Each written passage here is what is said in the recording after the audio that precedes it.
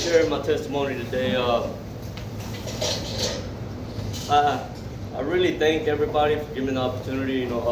Warren had asked me a while back if I'd be interested in sharing what my experience has been about in my life.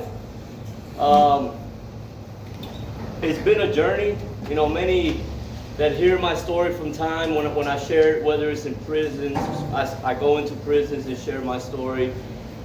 Youth camps, I've gone to youth camps, I share it with them, blows their minds away. In my church, or high school, I go to high schools at times to share it with the kids in there. Many compare my story to the story of the prodigal son, and I can see the correlations of what I went through as a young kid. And but right now, at times, I feel like Job, the blessings that I've received here in the past decade, one can say. But the only difference between Job and I is he was faithful and I wasn't. The grace and mercy that the Lord has shown me, and I'm sure many of us feel that we don't deserve it. And I really feel like that. I mean, sincerely feel like that at times. I've heard Anthony's story, I've read his book, and I know he feels like that at times. And that's just, that's our hearts. We got good hearts, gentlemen. My life has been about planting seeds, and I'm going to kind of talk about two seeds that were planted. One early in my life, and one in the midst of a bad environment. And it all leads me to right here, Endur Bible study. I want to put the timer on because, well, not the timer, just the stopwatch, so I know I'm keeping track of time. Warren said, hey, try to keep it at 20 minutes. When I told my wife I'd be sharing my story, she said, oh my Lord, do these people got to go to work? And I'm like, no, I'm going to keep it under control. I want to start by reading a passage of scripture that I used to meditate on when I hit my rock bottom. And it's Philippians 4:11 through 13. And I'm sure many of y'all have heard the scripture. It says, not that I speak in regard to need, for I have learned in whatever state I am to be content.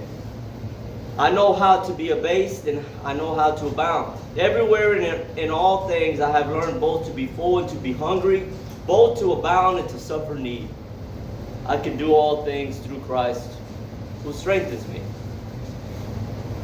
I was born in Dallas, Texas, 1977. I was raised in Richardson, Texas. It's a suburb of North Dallas area. My parents weren't the best, but they did what they could. I love my parents. My dad's not with us anymore. My mother is. They weren't really church going. My mom had a heavy hand on us growing up, and she was the one that kind of forced us to go to church. Prestonwood Baptist Church was my first church, and I remember it was at Hillcrest. It was a huge church to me, but if you look at it now, it's even bigger. That's where I grew in my relationship with Jesus. I was about 8 years old, and I started growing, learning songs as a kid, and I loved it. I loved it. I was around good kids at that church, and I remember giving my life to Christ, and it was the most peaceful, loving experience of my life as an 8-year-old. A wonderful time for me. And my little brother, we both grew up in the same manner.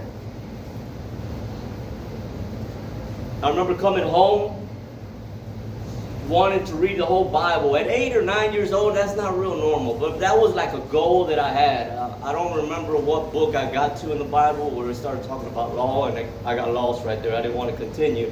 But a seed was planted, gentlemen. A seed was planted then. My life, I felt, was perfect at that time. My parents, I was going to church, they were together. And then,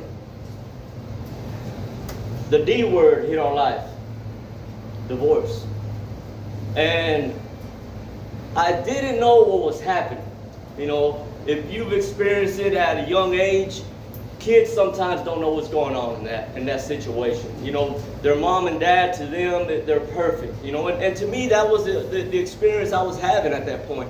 And I remember being in the room, listening to my parents fight as I held my baby brother and telling him, hey, you know, go to sleep, calm down, you're all right. And he was crying, we're both crying, not understanding what's going on. I remember praying to Jesus.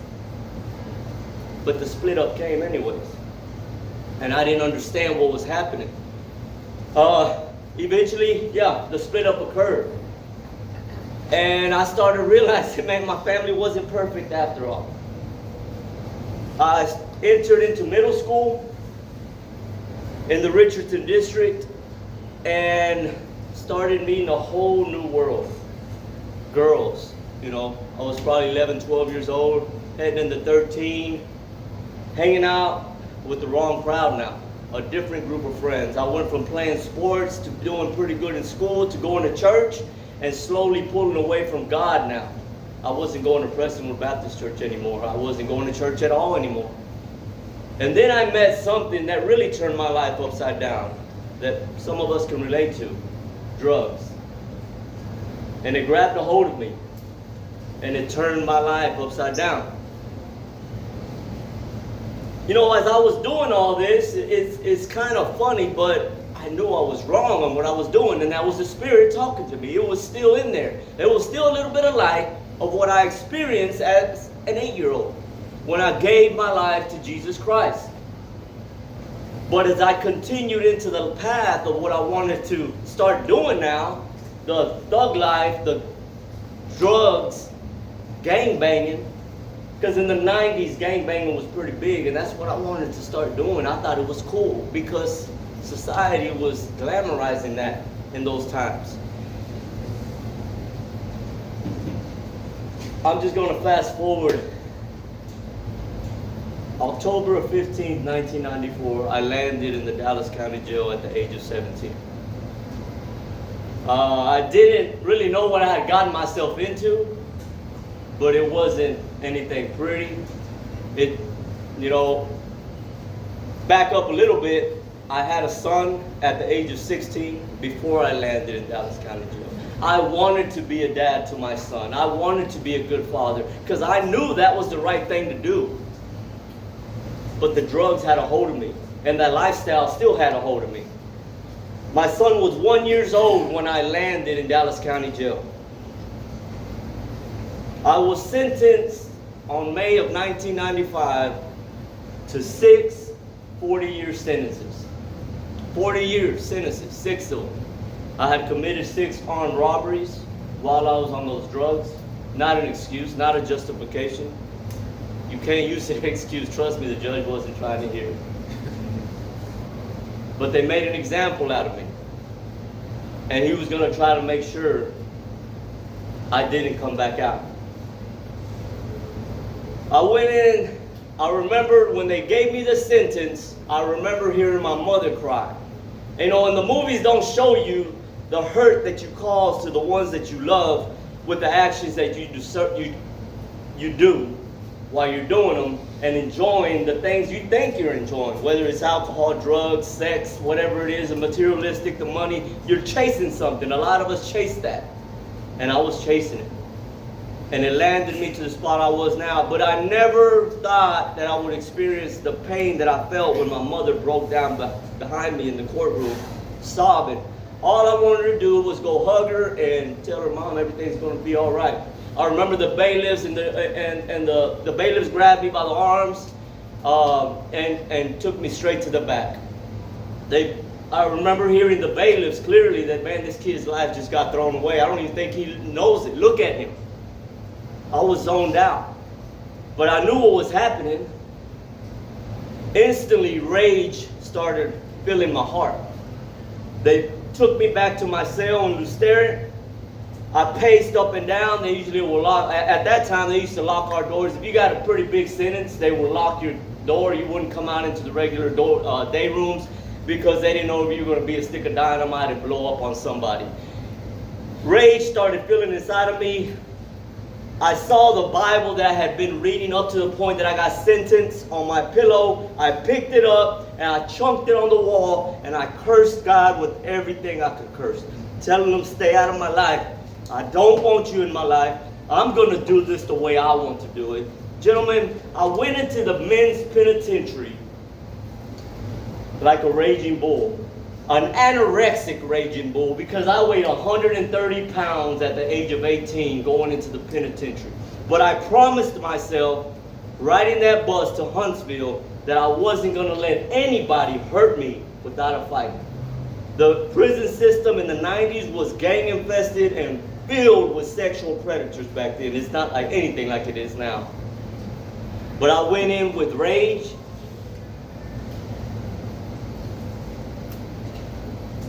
It was a roller coaster for me the first 4 years of my sentence. Constant fighting, trying to make a name for myself. Don't mess with Nico in here. That's what I wanted people to know. And I hated God still. And it was obvious. If you knew me then, you would never have wanted me out here ever again. That's how lost I was, gentlemen. And sometimes, you know, it's crazy. Somebody that had given their life to Christ at the age of 8 to be where I was becoming at that point in my life.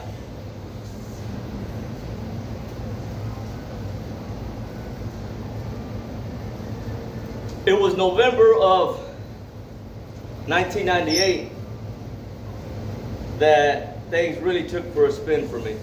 I had already made a name for myself. The gangs were targeting me. I had gotten to the point where one of the biggest gangs in Texas, for the Hispanic gangs, and they were known for stabbing, put a hit out on me because I chose not to go join their gang. They gave me an ultimatum. Join them and represent with them, or I pay for protection and do favors for them. I'm sure you can imagine the favors that they would want. And I told them I would think about it. But I had already made up my mind. I went to my cell, and if you've heard of the saying of a kamikaze, that's what I chose to do. I got a shank, and I took it to the first one that I saw on the run. I tried to take a man's life at that point in my life because they were still trying to hurt me. And I was still doing things my way. I didn't want God in my life. It was at that point they threw me into solitary confinement. And they told me I would be there for 2 years of my life because I tried to kill and take another man's life. I was 21 years old at that point. And man, what a way to celebrate, right? At 21. I remember sitting in the cell and an officer had just came and read me my Miranda rights for the second time in my life. Yes, they can give you more time when you're in prison. I had just did an attempted murder, so of course that would be one of the consequences, another charge and another sentence on top of your sentence that I already had. It was at that point that I felt my life was over with. I wasn't going home. And I remember sitting there, and I was just looking at all I had was a metal bunk, no pillow, no sheets, nothing. And there was an old beat up book sitting on the table in the cell. I looked at my boxers, they were still stained with gas, pepper gas and blood from the fight that I had just had. And I was leaning on my own understanding I was never going home, gentlemen. And one of the verses that we know, Proverbs 3:5 says, trust in the Lord with all your heart. Don't lean on your own understanding. I picked up the book, which that was the only thing that was in my cell at that time. And it was this book right here. The same exact book. It was beat up then. I've already had it revamped. Made it look nice again.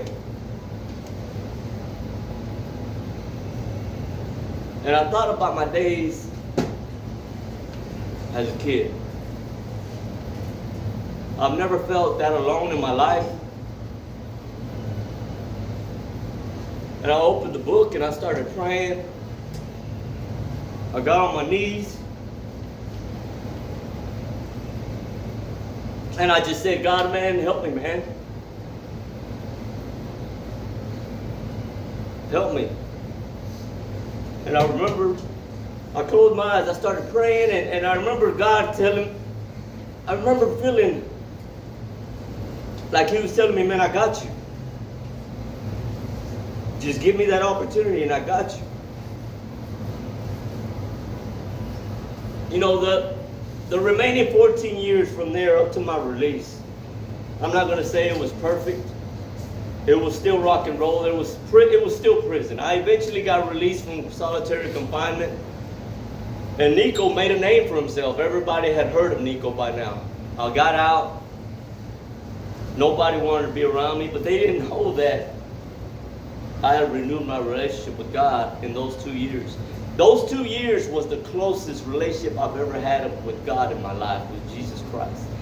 And He started chiseling on me, ladies and gentlemen. He started chiseling on me like He never had before. It was my 7th, 8th year of being in prison that I was sitting in a day room. And I was watching the TV. And it was a documentary being shown. And gentlemen, y'all probably have heard of Dick and Rick Hoyt of the Iron Man. The father that carried his handicap, you know, he was a handicapped son that couldn't do anything, and he carried him. And I felt I was in awe with this documentary that I was watching. It was symbolizing to me that what God had done for me for those 2 years in that prison cell. He carried me through something that, man, I was helpless. I didn't know how I was going to live in that cell for 2 years of my life by myself. But I wasn't alone. I wasn't alone. I felt loved in that cell with this Bible as I read His Word. September 17th,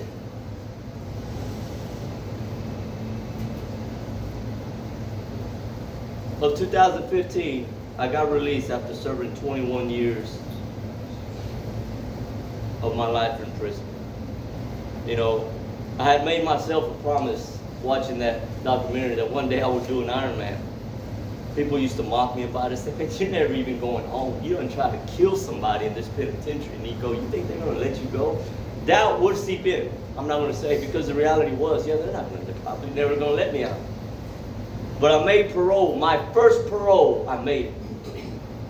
And people don't make their first parole many times in prison.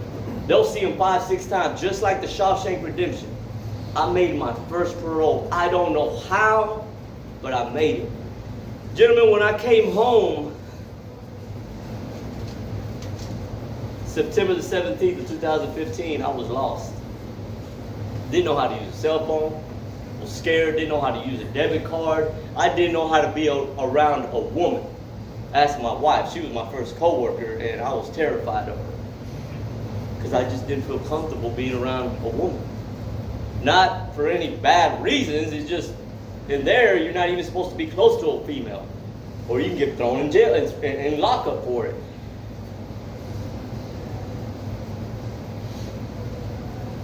Nine years went by. I got married, had a little daughter that many of y'all have met. The loudest, sweetest little thing you'll ever meet. I mean, I've been blessed tremendously, gentlemen, since I've been out. I've been out 11 years already. But 9 years up to the point, I never thought about the Iron Man. And then I was giving my testimony to a high school seniors at a football, Louisville High School seniors, telling my testimony. And I was talking to them about goals after I gave my story, my testimony to them, and talking to them about promises. It was then that I remembered my promise about the Iron Man that I had made myself while I was in prison. And I didn't even think about it. Well, on the way home from giving my testimony, I started thinking about that. I said, well, man, I'm going to do an Iron Man. I got home, told my wife about it. My wife's like, sure, do whatever you want to do. She didn't know what exactly an Iron Man was. When she found out, she was like, are you crazy? She's like, you don't even know how to swim. I got on the website, and we found Frisco Triathlon Club. You know, I'm going to spare you the details on my first days of joining the Frisco Triathlon Club. I showed up, seen a bunch of older guys. I was into CrossFit at the time. I was like, oh my God, these are all, come on, I'm gonna dust these guys.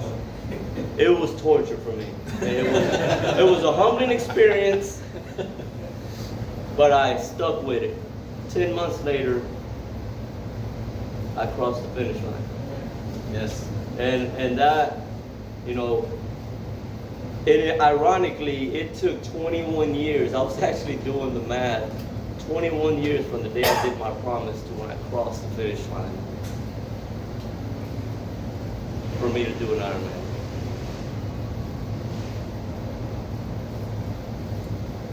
December 20th of 2025, I had just crossed the finish line of my marathon. When my wife, as soon as I crossed the finish line, my wife gave me the news. Up to that point, back up a little bit, Daryl and Jason had invited me to this men's Bible study throughout the year of my training. And I had told them, sure, yeah, you know, I'm interested, but I never came. I ignored the calling. When we lost our two brothers that I was very fortunate to meet, very blessed to meet, they invited me again, and this time I came. Up to this point, I hadn't told anybody about my story, and I sat right here. And I just, man, it was hard, but I had to I just felt like opening up right then. Had nothing to do with what happened to our brothers in regards at that point, but nobody knew my story up to that point. But I felt like opening up because I felt like the men in here would understand, and I didn't even know y'all. But it was just, yeah, I just felt, and it's just ironic after all this that it's led me to come to this Bible study, this group of men, the story you just gave, your story. And gentlemen, in all my journey, I've been blessed tremendously. And my bonus son, my stepson, he told me once, he said, you know, Nick, I'm glad you went to prison. And I was just like, he said, because if you didn't, I would have never have met you. And you would have never have met my mom. I've gone through a lot since I've been out, but I try to serve because that's what God asks us to do.